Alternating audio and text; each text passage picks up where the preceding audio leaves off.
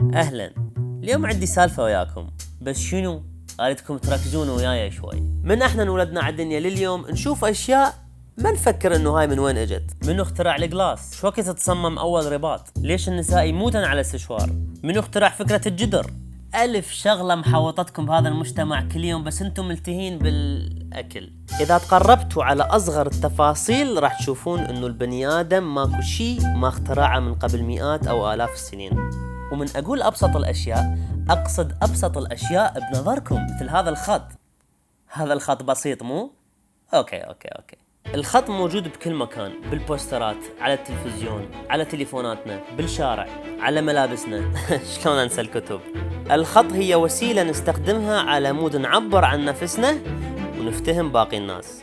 ومثل ما بورش وتويوتا ومرسيدس تابعات لعائلة السيارات، كل خط من الخطوط اللي تشوفوها قدامكم تابعة لعوائل مختلفة، وماكو عائلة ما عندها تاريخ. فاليوم راح نرجع إلى شجرة العائلة مال الخط. قبل كانوا الناس يكتبون بإيدهم، بعدين اجوا الناس رادوا يقرون كتابتهم، كل شيء ما افتهموا. قرن ال15 بألمانيا اجا جوهانس غوتنبرغ قال لهم بابا يا مال خط بالايد، طوني هاي الحديده، طوني هذا المقص، طوني شلابتين. اشو هذا؟ سواله ابجديه كامله من حديد. زين شو يريد يسوي بيها؟ اخذ طوبتين، حط عليهن حبر، طبطبهن على السريع، حط ورقه، دخل ورقه، جر هاي الخشبه اللي ما اعرف شنو اسمها، راح اسميها خشبه، وكان تطلع الكتابه واضحه هسه. الكتابه ما كانت كلش واضحه لان ما كانت اكو دراسات موجوده انه شنو الخط المريح للعين وشنو اسهل شيء ينقرا. اذا نقدر نقول انه الكيبورد مال اللابتوب مالتكم او مال التليفون مالتكم لو ما غوتنبرغ مفكر انه يفرق كل حرف بوحده كان ما لقيتوها مصممه بهاي الطريقه. مركزين؟ اوكي، لان هذا اول درس تاريخ الي. بعدين اجوا مجموعه كبيره مال خطابه. خطابه شنو الخطابه ذولا؟ قصدي مجموعه مال خطاطين من القرن ال15 اسسوا عوائل معروفه لليوم مال تايب فيسز اللي هي الديزاين مال الخط. جانسنز رومان، جاراموند، كاسلون، باكرفيل، ديدو، ادوبي جانسن. وبمرور الزمن من كل عائلة مال تايب فيس طلعت آلاف من الديزاينات المختلفة، وكل حرف بعدين دخل مدرسة. مو عائلة وجهالة. بقرن 19 شركات الدعايات بدأت تهتم الموضوع الخط، وبدأت تخترع خطوط جديدة تلفت عين الزبون بحجمها وبلونها وبقوتها، وتطورت مع الزمن والتكنولوجيا مع كل نوع من أنواع الفنون الباقية. شلون؟ أنا هسه أقولكم شلون؟ شغيرانة. من دخلنا بعالم الديجيتال، العالم الرقمي، الأحرف والأرقام كانت أهم عضو بهذا النجاح. الطريقة بقت نفسها، والطريقة جدا صعبة. فنان يرسم حرف حرف، رقم رقم، زنقة زنقة. أتشاقة. المهم بعدين يتم تدخيل الرسمة بالسكانر، من السكانر ندخلها على برنامج اسمه إلستريتر أو غير برنامج، ويتم رسم هذا الخط بالفيكتور، وتنخزن عائلة هاي الأحرف كلها بفونت واحد. تقدرون أنتم تحطون الاسم اللي تردونه، مثلا لؤي ساهي. سبسكرايب، اشتركوا. أنا أعشق التايبوغرافي لأن هي موجودة بكل أيامنا، وكل ديزاين مال خط يدخلنا بمود وحالة نفسية غير. وجربوا بنفسكم، الخط مال المنيو مال الأكل يختلف عن الخط مال المستشفى، الخط مال الألعاب مال الولد يختلف عن الخط مال الكرتونات مال البنات. إذا مثل ما فهمتوا أنا أعشق التايبوغرافي أو تصميم الخط. هاي حبيبتي الوهمية بس بعد ما مطيها اسم. والكل يعرف انه اكو شيء ثاني اعشقه، هي مدينة دبي. واليوم تفاجأت الصبح من قاعد شفت انه مدينة دبي مع مايكروسوفت مصممين تايب فيس جديدة اسمها دبي، وهاي اول خط بالتاريخ تحمل اسم مدينة وتمثل طموحها وتطورها وقوتها. فبصراحة كان من المستحيل انه ما احكي بهذا الموضوع. وانا لؤي ساهي من اليوم وصرح اني سوف استخدم هذا الخط بكل منشوراتي على اليوتيوب، على الانستغرام، حتى بالاستمارات هاي مال المستشفى، هاي الساعة اللي ظلت تملي بيها ما تخلص. وعبالكم لؤي راح يبقى ساكت؟ اليوم اكو ايفنت عازمين بيه كل الناس على مود يفتتحون هذا الخط، ولؤي ما يروح؟ مستحيل. راح استخدم طاقاتي على مود احط روحي بالنص، ايش ما يصير. يلا خلنا اروح.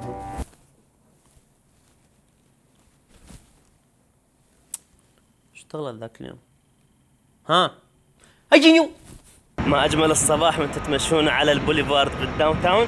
لأول مرة متجه للأوبرا. شيء غريب إنه متجه للأوبرا مو على مود أسمع أغاني أو أشوف أحسن جسمي يفتتح الأوبرا، بس على مود نشوف هذا الموضوع الجديد اللي بدنا نحكي عنه اليوم اللي هو الخط مال دبي.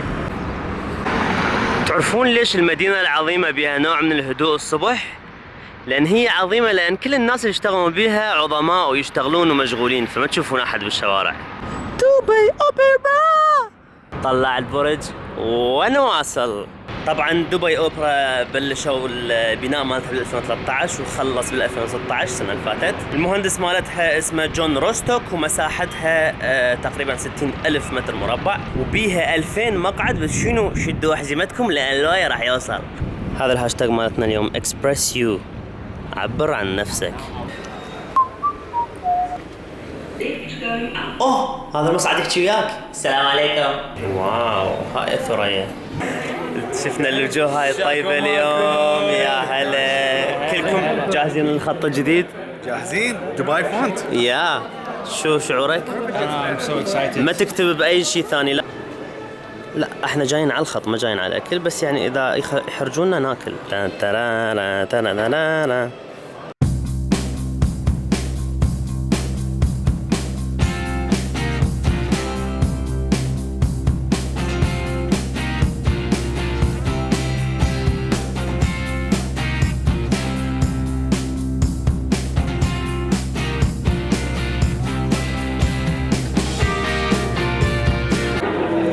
سوري هذا المكان للشجر بس؟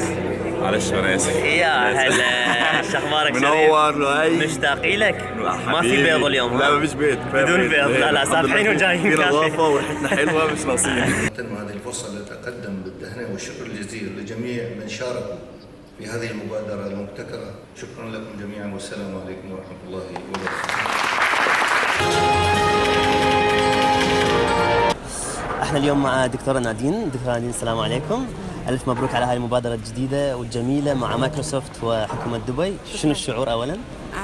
كتير حلو.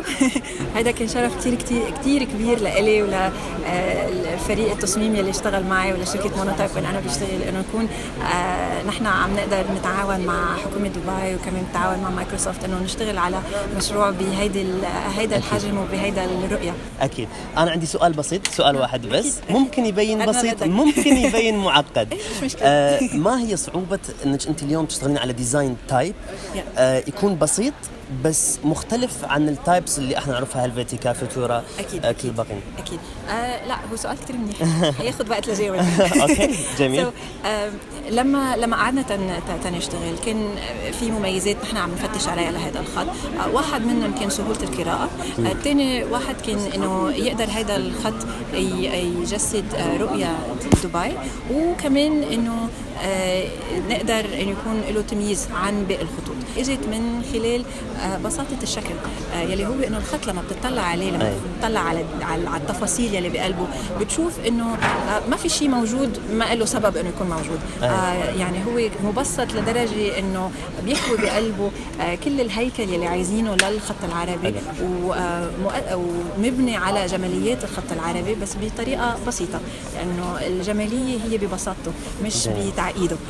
الخط هو مبني على اسس النسخ بس مع لمحات من الخط المحقق، وهيدا هو الشيء اللي بيكون شوي غير اللي غير عن صحيح. تشرفت بمعرفتك ومبروك على هاي المبادرة وهذا الإنجاز. شكرا. ومتأكد راح تحققون أكثر وأكثر في المستقبل. شكرا جزيلا. شكرا. وأنا جاي أسوي الانترفيو. الفنان هنا خلص، ضياء المبدع. هذا حسابه لعشاق فن الخط العربي. Thank you so much. والفرق ما بيني وبين مدينة دبي إنه دبي منظمة وأنا هوسة ومبهذل. كاميرا شوي بعيدة. قبل ما أعوفكم خلينا نفتح هذا الجنطة نشوف شنو بيها. عبر عن نفسك.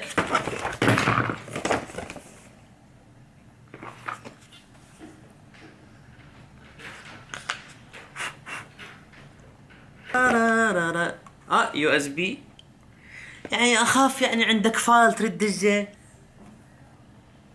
أشهد أن لا امرأة أتقنت اللعبة إلا أنتي. أوف شنو هاي لك اليوم موهوب. بس هاي سامعها بفد مكان. المهم هنا تخلص حلقتنا. كنت اقدر اكمل الفلوج واطلع وراويكم دبي ونفتر ويا اصدقائنا ونحكي ونسولف اكثر، بس فكرت انه هذا الفيديو لازم ينتهي هنا حتى المحتوى مالته يكون مخصص لهذا الحدث المهم. نشوفكم فيديو مال باكر، كل يوم فلوج جديد على هاي الصفحة. لا تنسون تسوون سبسكرايب وشير ولايك إذا يعجبكم. نحبكم ونموت عليكم. هذا الفلوج راح ينتهي هسه. لحظة وين رايح؟ بس عندي رسالة سريعة. الأحرف تكون كلمة، والكلمات تكون جمل، والجمل تساعد انك تحكي عن افكارك. واليوم اكثر من اي يوم احنا كجيل محتاجين انه نجيب افكار جديدة وندمجها كلها احنا سوا ونتقدم الى الامام. فاتمنى انه خط دبي الجديد راح يساعدك انه تعبر عن نفسك.